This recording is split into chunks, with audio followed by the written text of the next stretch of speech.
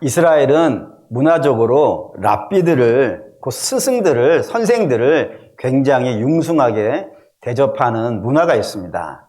저들이 그렇게 랍비, 선생들을 이렇게 융숭하게 대접하는 이유는 이스라엘의 멸망하고 이 랍비들이 연관이 되어져 있기 때문에 그렇습니다. 한번 보시죠. 호세아 4장 6절 읽겠습니다. 내 백성이 지식이 없으므로 망하는도다. 내가 지식을 버렸으니 나도 너를 버려 내 제사장이 되지 못하게 할 것이요 내가 내 하나님의 율법을 잊었으니 나도 내 자녀들을 잊어버리리라. 이 백성들이 망하는 이유가 뭐라고요? 하나님 모르기 때문이고, 그리고 하나님 말씀을 잊어버렸기 때문에 이 백성이 망한다고요. 그럼 랍비는 뭐 하는 사람이겠어요? 하나님이 누군지 알려주는 것이고, 하나님 말씀이 무엇인지를 알려주는 것이며, 하나님 말씀대로 살 수 있도록 안내해주는 역할을 하는 자들이에요. 그러니까 저 랍비들이 제 역할을 해서 백성들이 하나님을 알고 하나님의 말씀을 깨닫고 그 말씀대로 살게 되어지면 그 나라가 살아요, 못 살아요? 살아요. 그런데 저 백성들이 제대로 못 배우는 거예요. 하나님 말씀도 모르고 하나님도 모르고 율법대로 살지 않으면 저들은 망하는 거예요. 그 나라의 운명이 뭐에 결정되는 거예요, 지금? 랍비들에 의해서. 랍비들이 제 역할 하느냐 못하느냐에 따라서 나라의 운명이 왔다 갔다 하니까 랍비들을 잘 대접을 해가지고 저들이 허튼 생각하지 말고 하나님 말씀 잘 전하기를 바라고, 또 랍비들을 늘 초동해가지고 내가 그 주의 말씀을 듣고 그 말씀대로 살아가는 것을 자기의 존재의 목적으로 다 알고 있더라 이겁니다. 그러니 융숭하게 대접을 하죠. 그런 의미에서 사도행전 보면은 사도 바울도 회당에 가기만 하면 회당에서 뭐라 그래요? 설교해달라 그러는 거예요. 왜냐하면 사도 바울도 공식적인 명함에 찍혀있는 직함은 뭐예요? 랍비예요. 바리새인이고 랍비이기 때문에 선생이라고요. 그러니까 가는 데마다 선생님 이왕 오셨으니까 우리 회당에서 한번 설교 한번 해주시죠 라고 설교에 초청을 받아가지고 가서 설교를 한다 이겁니다. 그래서 융숭한 대접으로 초청이 되어서 설교를 하는데 설교만 하고 나면은 들은 백성들이 눈이 돌아가 버리는 거예요. 막 화를 내는 거예요. 심지어는 뭐 죽이겠다고 달려드는 사람도 있는 거예요. 그러면 뭐 때문에 그러겠어요? 그가 랍비인데 그래서 융숭하게 초대해가지고 식사 대접해가지고 설교를 듣는데 설교를 들을 때까지만 해도 막 너무너무 좋아하더니 오랜만에 랍비 오셨다고 되게 좋아하더니 설교만 끝나고 나면 눈이 돌아가 버린다니까요. 그 이유는 그가 전하는 데에 뭐가 문제가 있는 거예요, 지금. 그럼 사도 바울이 다른 랍비들처럼 그냥 율법을 이야기했으면 뭐 문제될 게 뭐가 있겠어요? 여러분 이렇게 하십시오. 뭐 예를 들어 기도하십시오. 여러분 전도하십시오. 뭐 이 정도 했다면은 뭐 율법에 관련된 뭐 하라, 뭐 하지 말라 이런 정도의 설교를 했다면은 그렇게 공격당하지 않았을 거예요. 근데 그가 전한 거는 뭔가 하라 말라 그게 아니었던 겁니다. 그럼 그는 뭘 전한 거예요? 그렇죠. 사도 바울은 나는 무엇만 자랑한다. 나 십자가만 자랑한다. 나는 복음만 이야기한다. 그것만 설교했거든요. 다시 한번 정리해보죠. 복음은 뭐냐? 사도 바울이 전한 복음은 뭐냐면은 사람이 구원을 받는데 그가 행한 바 율법으로 구원받는 게 아니고, 율법으로 구원받는 게 아니고 오직 십자가의 은혜로 값없이 구원받는다. 이것만을 외친 거란 말이에요. 근데 이거를 듣고 바리새인들이나 또는 율법자들인가 또는 유대인들은 막 너무너무 화를 내는 거예요. 왜 화를 낼까요? 율법이 소용없다는 얘기를 하기 때문에. 율법이 우리를 구원하지 못한다고 하니까. 그 말인즉슨 더 이상 율법이 우리에게 필요치 않다. 아니 지금까지 우리가 알고 있기로는 율법을 지키면 복을 받고 율법을 안 지키면 망한다라고 알고 있었는데, 아니 율법으로 구원을 못 받는다 그러면은 율법을 지켜야 될 이유가 뭐가 있는 거예요? 그러니까 율법은 필요 없는 것이 되어지고 율법은 가치 없는 것이 되어지며, 심지어는 율법이 가치 없는 것이라면, 내게 어떠한 보상도 주지 않는 것이라면 율법의 짐을 지려고 하는 사람이 있겠어요, 없겠어요? 없죠, 당연히. 없으면 안 지킬 것이고, 율법을 안 지키게 되어지면 하나님은 진노하실 것이고, 그 진노로 말미암아 심판하실 것이고, 그 심판을 당하면 우리는 죽든지 우리는 노예가 되든지 나라가 망하든지 그렇게 되어지니 사도 바울이 하는 이야기는 그들의 입장에서는 우리 죽으라고 하는 이야기처럼 들리는 거예요. 너희 죽으라 라고 이야기하는 거로 들리니 이게 그들의 입장 용납이 안 되는 거예요. 용납이 안 돼가지고 그 입을 다물게 하고 싶은 거예요. 저 복음을 못 전하게 하고 싶은 거예요. 그러면 어떻게 하면 되겠어요? 그 입을 열지 못하게 하는 가장 쉬운 방법은 아니지만 가장 좋은 방법은 뭐예요? 죽이는 거지. 죽이면 다시는 입을 안 열 거 아니겠어요? 다시 입이 열지 않으면 복음을 이야기하지 않을 것이고 그럼 복음은 없어지고 율법이 다시 중심이 될 것이고 그렇게 되는 것이 우리가 사는 것이라고 생각하기 때문에 그들은 열심히 죽이려고 했다 이겁니다. 그게 사도 바울이 공격당하는 이유가 된 거예요. 율법을 이야기했으면 공격당하지 않았을 텐데 율법을 이야기하지 않고 복음을 이야기했기 때문에 공격당하더라는 겁니다. 근데 이건 지금도 마찬가지인 것 같아요. 마치 이게 복음의 숙명 같아요. 저는 뭐 숙명이란 말을 그다지 좋아하진 않는데 복음이 선포되어지는 것은 꼭 그런 일이 발생이 되어지니 숙명 같아요. 뭐 지금도 이건 마찬가지입니다. 간혹 복음을 공격할 때 사람들이 이런 말 써요. 살인자가 구원을 받아? 살인자도 예수 믿으면 구원받아? 이런 얘기 여러분 종종 들어보셨을 거예요. 또 뿐만 아니라 말 몇 마디로 회개를 했더니 용서를 받아?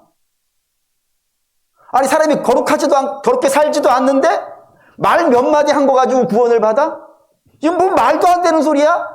이거 완전히 사람들을 뭘로 하는 거야? 이거 사기 아니야? 어떻게 선을 행하지 아니하고 어떻게 의를 행하지 아니하고 어떻게 구원을 받아? 이 말도 안 되는 소리야? 기독교는 사람으로 하여금 방탕하게 만드는 거룩하게 살지 않아도 구원받을 수 있다고 하는 의롭지 않아도 구원받을 수 있다고 하는 그런 방탕하고 부도덕한 종교라고 말하면서 공격하는 사람들이 이 땅에 지금도 있더라 이겁니다. 그러니 사도 바울은 이 문제를 해결해야 되는 거예요. 율법과 복음의 관계가 적대적인 관계가 아니라는 사실을 율법이냐 은혜냐 이렇게 양자 선택하는 것이 아니라 율법과 복음은 같은 방향을 가고 있다는 걸 설명을 해줘야 된단 말이에요. 그 설명을 오늘 이렇게 시작합니다. 16절 읽겠습니다. 만일 내가 원하지 아니하는 그것을 행하면 내가 이로써 율법이 선한 것을 신하노니 그러니까 내가 원하지 않는 난 율법을 행하고 싶다 이거예요. 율법을 행하고 싶은데 율법을 안 행하고 있으면 그게 율법의 선함을 인정하는 것이다. 어렵죠? 쉽게 설명하겠습니다. 나라는 사람이 있습니다. 이 나라는 사람이 이런 모습으로 나타나길 원하는 거예요. 어떤 모습이냐? 율법으로 너무 완벽한 사람. 율법을 보았을 때 어디 하나 흠 하나 없는 그런 사람으로 나타나기를 원해요. 그래서 그런 사람이 되는 걸 기대하고 소망한다 이겁니다. 그런데 문제는 그런 내가 이상으로 생각하는 나는 여기 있는데 현실 속의 나는요. 그 율법하고 너무 거리가 먼 거예요. 그래서 그것 때문에 사도 바울은 내가 낙심하고 있다 이겁니다. 실망하고 있고 난 저렇게 되고 싶은데 그게 소망인데 내 현재의 모습은 이런 모습이야 하고 낙심하고 있는 이 모습 자체가 율법이 뭐라는 거예요? 선한 거 이야기하는 거 아니냐 이거예요. 내가 그걸 싫어한다며. 현재의 나의 모습이 율법하고 너무 거리가 먼 것에 대해서 내가 고통스러워하고 괴로워하고 아파한다고 그 말인즉슨 저 율법이 완벽한 거를 제공한다 이거예요. 선한 거를 제공한다고요. 그러니 율법은 선한 거 아니냐라고 이야기한 거라 이겁니다. 근데 오늘 여기서 멈추지 말고 하나 봐야 되는 건 왜 내가 기대하는 바는 완벽한 모습인데 현실 속에 나는 이렇게 완벽하지 못하고 초라한 모습으로 나타나는 이 차이가 어떻게 생기냐 이겁니다. 무슨 이유가 있어서 나는 저게 되고 싶은데 나는 저런 모습으로 살고 싶은데 그런 모습으로 살지 못하고 오늘 이렇게 연약한 모습으로 살게 되는 이유가 뭐냐 이거예요. 이거에 대해서 인류는 지금까지 수많은 연구를 해왔어요. 그리고 나름대로의 막 답을 찾기 시작한 겁니다. 그 중에 세상 사람들이 찾아낸 가장 네 가지만 여러분에게 말씀드린다면 첫 번째는 지식이에요. 이 지식이 없으니까 못 미친다고. 사람이 무식하고 미련하고 모르니까 훌륭한 삶을 못 산다는 겁니다. 그러니 그런 훌륭한 삶을 살게 하려면 그 무식한 사람을 어떻게 해줘야겠어요? 가르쳐야지. 가르쳐야지. 열심히 가르쳐야 되는 거예요. 그래서 열심히 가르쳤다니까요. 계몽주의 해가지고 인라이트먼트라 그러는데 빛을 주는 거예요. 어둠 속에 있는 자들에게 빛을 주는 거예요. 계몽을 시켰다니까요. 그래서 부지런히 가르쳤더니 그 결과로 나타난 게 뭐였냐면 1차 세계대전과 2차 세계대전이라. 계몽주의 끝에 나타난 것이 세계대전이었어요. 놀라운 일이에요. 뿐만 아니라 많이 배운 자들이, 그래서 힘이 세진 자들이 못 배우고 가난한 자들의 침공해가지고 식민지를 삼아버리더라 이거예요. 또 뿐이 아니라 많이 배웠다고 자부하는 백인들이 아프리카에 쳐들어가서 흑인들 잡아다가 노예로 써버리더라 이거예요. 많이 배웠다고 하는 힘센 나라들이 식민지에 있는 여성들을 잡아다가 위안부로 써버리더라 이거예요. 못 배운 자들이 그렇게 한 게 아니라 이겁니다. 잘 배운 자들이, 힘 있다고 하는 자들이 그렇게 하더라고요. 심지어 이런 것도 있죠. 감옥에 가는데 못 배운 사람들만 감옥에 가든가요? 그렇지 않죠. 잘 배운 사람도 거의 동일한 비율로 가요. 그런데 어쩌면 잘 배운 사람들이 더 문제가 있어요. 왜 문제가 있냐면 더 교묘하게 죄를 져요. 죄 같지 않는데 죄를 져요. 그래서 심지어는 법으로 어떻게 벌할 수 없는 죄를 져요. 그래서 법부라지라는 말이 등장하는 것 아니겠어요. 교묘하게 죄를 짓는 그런 것들은 무식한 사람이 할 수 없어요. 잘난 사람들이 그런 일을 저지더라 이겁니다. 그런 걸 보면서 사람이 많이 배운다고 해가지고 훌륭해지는 것은 아니더라 이거예요. 그럼 두 번째, 사람들이 발견하는 것, 두 번째는 뭐냐면 종교적인 수양을 하는 겁니다. 면벽 수양을 하든지 속세를 떠나가지고 뭐 산속에 들어가서 돌을 닦는다든지 그런 종교 활동을 하는 거예요. 근데 여러분, 그래 종교 활동을 열심히 하면 사람이 훌륭해지던가요? 뭐 그렇지 않은 건 우리가 늘 보는 것 아니겠어요? 뭐 하다못해 목사들 중에도 사기꾼이 있잖아요. 아니, 이게 잘못된 말이에요. 목사들 중에는 사기꾼이 없어요. 사기꾼이 목사를 하고 있어요. 그렇잖아요. 아니, 사기꾼이 대통령도 속인다니까. 내가 대통령이나 믿는다니까요. 심지어는 자기는 미국 대통령이라 그래요. 내 최근에 이런 연락 받았어요. 전화가 왔는데 지가 내 아들이래. 그래서 휴대폰을 고쳐야 되는데 돈을 달라는 거예요. 그래서 같이 놀아줬어. 그래? 걱정되네? 한참을 놀아줬어요. 근데 난 돈이 없어 그래 끊었죠. 아니, 사기꾼이 내 아들도 해. 그럼 목사는 못 하겠어요? 얼마든지 할 수 있지. 그러니 뭐 이거 심각한 거예요. 여러분, 종교가 사람을 바꿀 수 있다라고, 종교가 사람의 마음을 바꿀 수 있다고 생각하지 마십시오. 종교인들 중에도 나쁜 사람 많습니다. 아마 여러분도 많이 보았을 거예요. 종교가 바꾸지 않아요. 종교가 사람을 바꾼다는 것은 시대의 거짓말입니다. 세 번째는 환경과 상황이 나에게 문제가 되어져서 내가 지금 고통스러운 삶을 살고 있다라고 하는 분들이 있어요. 그래서 그 고통을 해결하려면 문제가 되는 상황과 환경을 어떻게 해서든지 바꿔야 되는 거예요. 그래서 소극적인 거로 말한다면 개혁 같은 것들 또는 제도를 바꾸는 것, 이런 것들로 나의 주변의 삶을 괜찮게 만든 다음에 거기에 내가 있으면 내가 행복할 것이다 라고 생각하기도 하고, 어떤 분들은 좀 적극적으로 우리에게 문제를 일으키는 나쁜 사람들 다 죽이는 거예요. 그래서 악한 자들을 싹 없애버리면은 우리가 그 좋은 사람들만 남아가지고 행복할 수 있을 것이라고 하는 그런 생각도 하는 경우도 있더라 이겁니다. 근데 여러분, 그게 될까요? 환경을 바꾼다고 해가지고 될까요? 예를 들어 몸 안에 병이 암이 있는데 몸 밖에다가 빨간 약 바른다고 해가지고 낫겠습니까? 낫지 않는다는 것 가장 대표적으로 보여주는 사건, 뭐 엄청나게 뭐 날이 새도록 얘기할 수 있지만 하나만 대볼게요. 예를 들면 고려라고 하는 나라가 있었어요. 근데 이 고려의 말년에 나라가 굉장히 쑥대밭이 됐어요. 얼마나 쑥대밭이 됐냐면 그 신돈이라고 하는 승려가 있었는데 이 승려가 나라를 완전히 그냥 박살을 내놨어요. 심지어는 뭐 알려진 이야기에 의하면 그건 가설이기도 하고 뭐 전해져는 내려기도 한 얘기지만 왕의 부인들을 어떻게 해가지고 신돈이 자기 자식을 낳아서 그 아들로 왕을 삼았다고 하는 그런 시절이 고려 말이었어요. 그런데 그런 못난 자가 있으면 좀 훌륭한 자가 있어가지고 신하들이 좀 똑똑해가지고 그 나라를 좀 지켜가면 좋았을 텐데 그때 신하들이 주도 세력, 그런 걸 주류라고 그러죠. 주류 세력이 권문세가라고 하는 세력들이 있었어요. 그들은 고려의 신하가 아니에요. 고려인이긴 하지만 그들은 몽골이 원나라가 신하예요. 원나라의 신하예요. 뭐 기왕후 뭐 이런 얘기 들어보셨잖아요. 그런 식으로 원나라를 섬기는 자들이에요.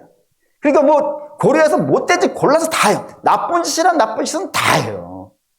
그러면 승려도 후졌고 그리고 신하들도 후졌으면은 왕이라도 좀 똑똑해가지고 좀 잘해야 될 텐데 왕도 아주 심각해요.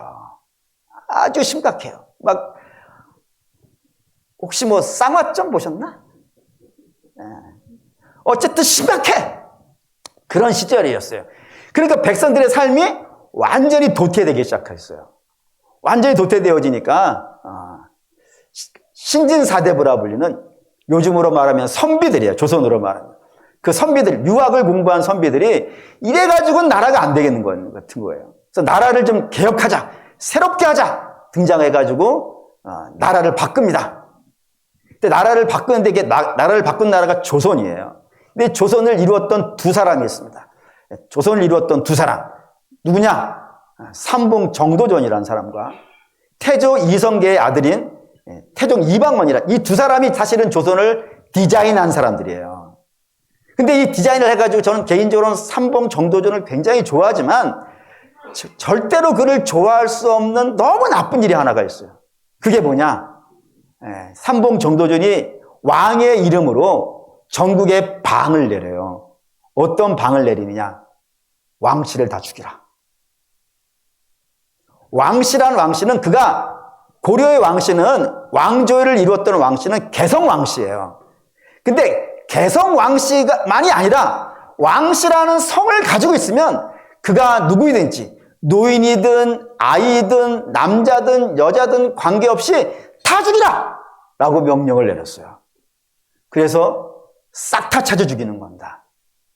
왕씨들 중에 지금 혹시 개성 왕씨 보신 적 있으신가요? 500년을 이어온 왕씨예요. 네. 500년을 이어온 왕씨가 이렇게 주변에 없는 이유는 싹 다 죽여서 그래요.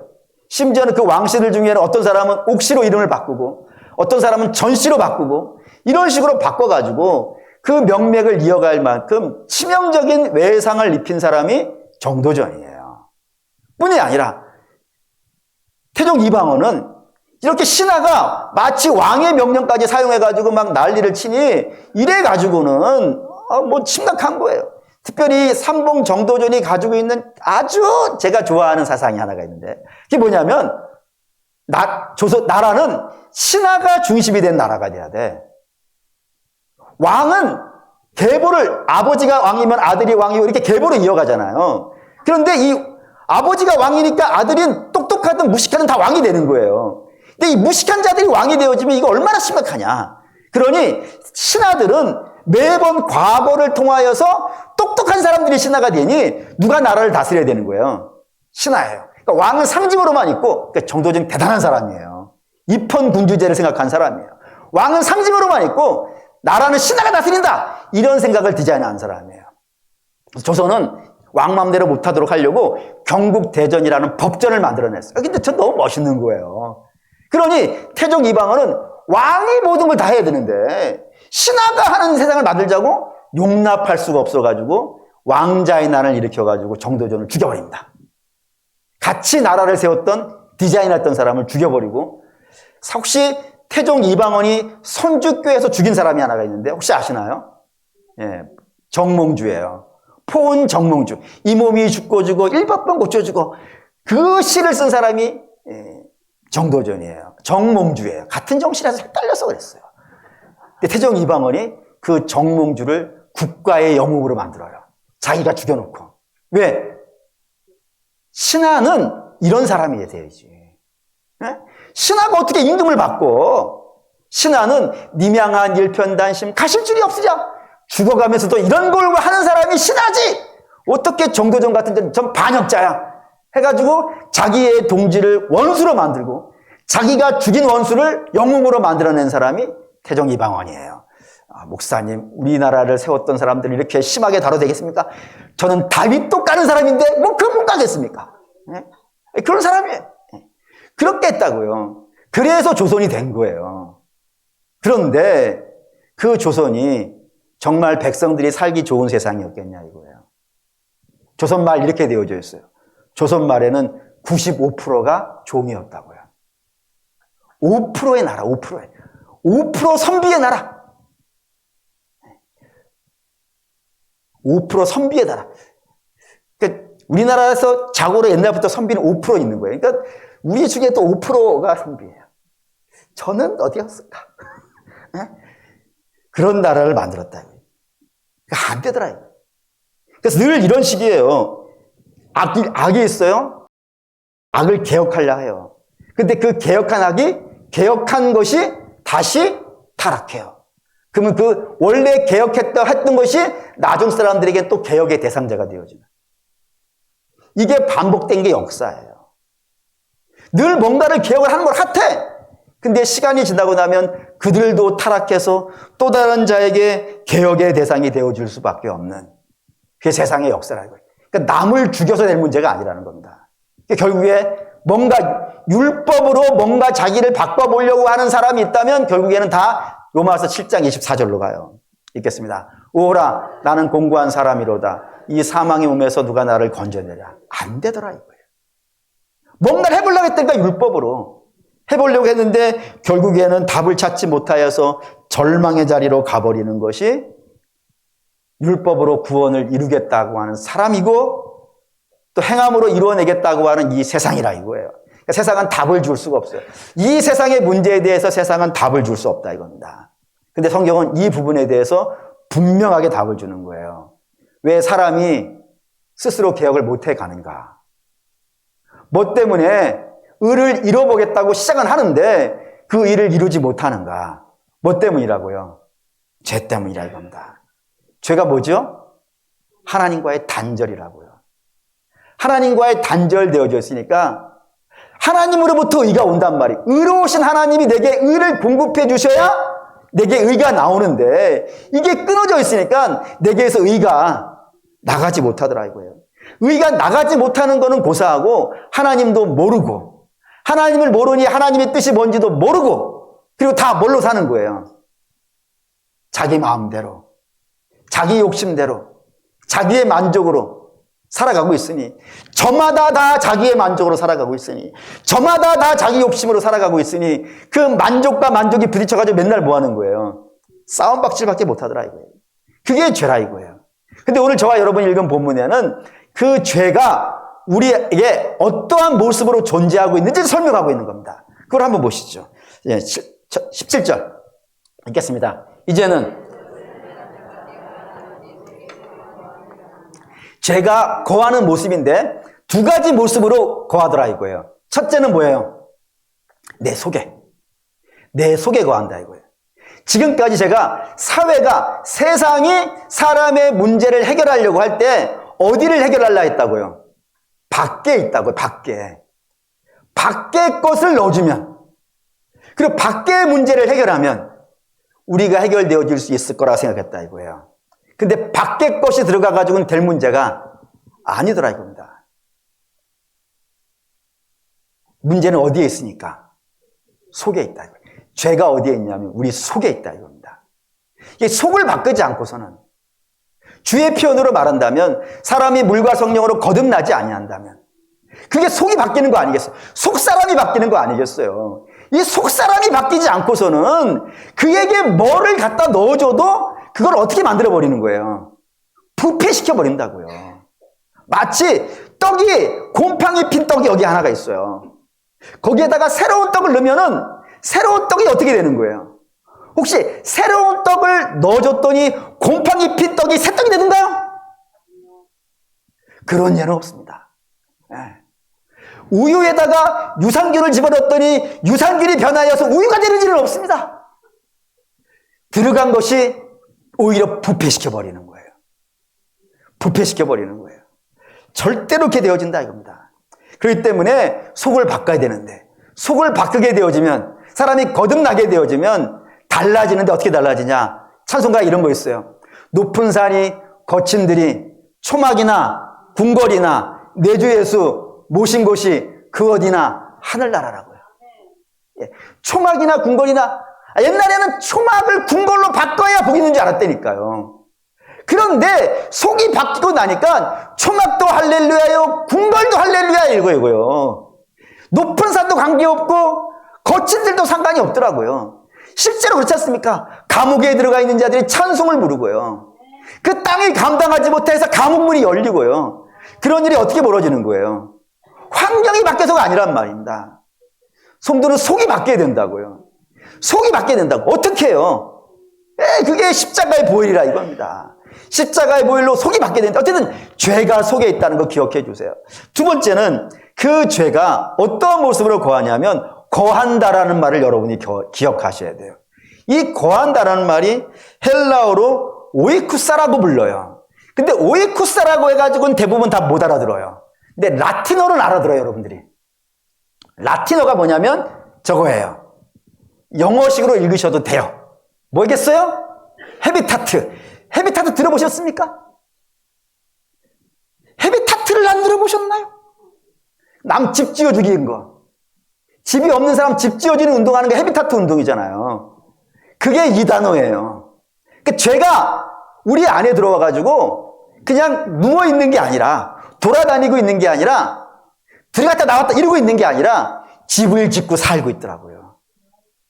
그래서 죄하고 우리하고 분리가 안 되는 거예요. 마치 샴 쌍둥이 같이. 몸은 하나인데 머리가 두 개 있는 것처럼 우리 안에 죄하고 우리하고 같이 붙어 있더라 이겁니다. 그래서 여러분 그것 때문에 참 말이 안 되는 것 중에 하나가. 근데 이게 마치 기독교적인 용어라고 생각하는 말이 하나가 있더라고요. 그게 뭐냐면 죄는 미워하되 사람은 미워하지 말라. 이거를 기독교 용어로 알고 있는 분들이 있어요. 여러분 아닙니다. 이 말은 기독교가 적그리스도의 언어라고 생각하셔도 될 정도예요. 뭐냐면 죄하고 사람하고 서로 연결이 안 돼 있는 거예요. 분리되어져 있는 거예요.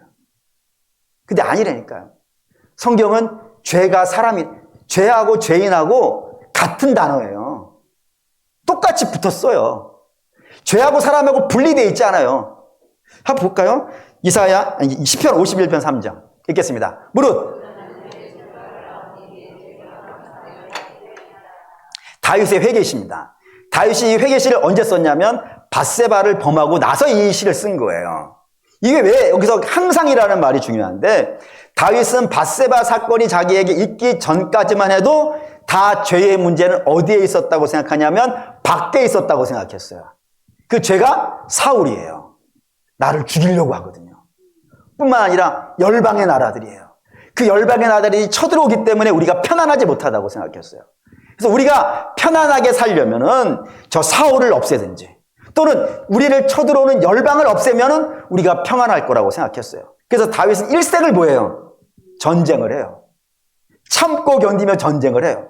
그래서 때가 되어서 하나님이 사울도 제거해 주시고 그리고 열방도 다 없애 주셨어요. 그러면은 다윗은 이제 모든 죄를 다 끊어낸 거 아니겠어요? 자기를 괴롭히게 다 끊어낸 거 아니겠어요? 그러면 그때부터는 어떻게 살아야 되는 거예요? 멋있게 살아야죠. 그렇지 않습니까? 자기의 문제는 다 끊어낸 거 아니에요. 멋있게 살아야 돼요. 근데 다윗이 언제 범죄했다고요? 그때 했다고요. 밧세바 사건은 이미 나는 이제 전쟁에 안 나가도 돼요. 중요한 적들은 다 깨버렸기 때문에 더 이상 내가 나가지 않아도 돼. 내 신하들이 나가서 싸워도 충분히 다 해결해 있을 만큼 편안한 때가 됐단 말이에요. 그때 다윗이 범죄하더라는 겁니다. 그리고 안 거예요. 아, 죄가 밖에 있는 게 아니었구나. 내가 바로 죄구나. 내가 바로 죄였구나라는 것을, 그러니까 사울을 제거한다고 끝나는 게 아니고 열방을 없앤다고 끝나는 게 아니라 내가 바로 그 죄인이었구나는 걸 그제서야 알았다고요. 더 가볼까요? 시편 51편 5절 읽겠습니다. 내가 죄악 중에 출생하였으며 어머니가 죄 중에 나를 잉태하였다고요. 나는 그냥 죄가 나아진 거예요. 죄로. 내가 태어나서 죄를 알게 된 게 아니라 나는 이미 죄덩어리로 태어난 자야. 다윗 같은 사람.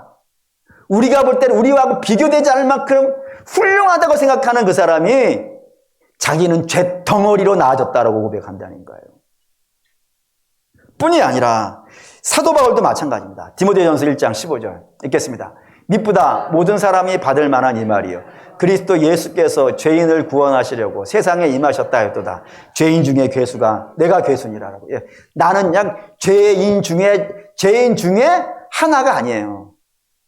예. 모든 사람들 죄 속에 그냥 하나 부분에 있는 자가 아니라 내가 죄 덩어리더라. 내가 죄의 본질이더라. 라고 사도 바울이 고백하고 있더라 이겁니다. 그러니까 성경은 죄하고 죄인하고 구별하지 않아요. 그냥 죄가 죄인이고 죄인이 죄예요. 그런 모습으로 붙어 있더라라는 겁니다. 두 번째 18절 19절 보시죠. 로마서 7장 18절 19절 읽겠습니다. 내 속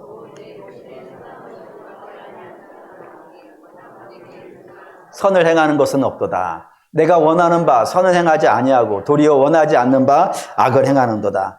죄하고 우리하고 붙어 있다 그랬습니다. 그런데 이 붙어 있는데 내가 죄를 이길 수 있다면요.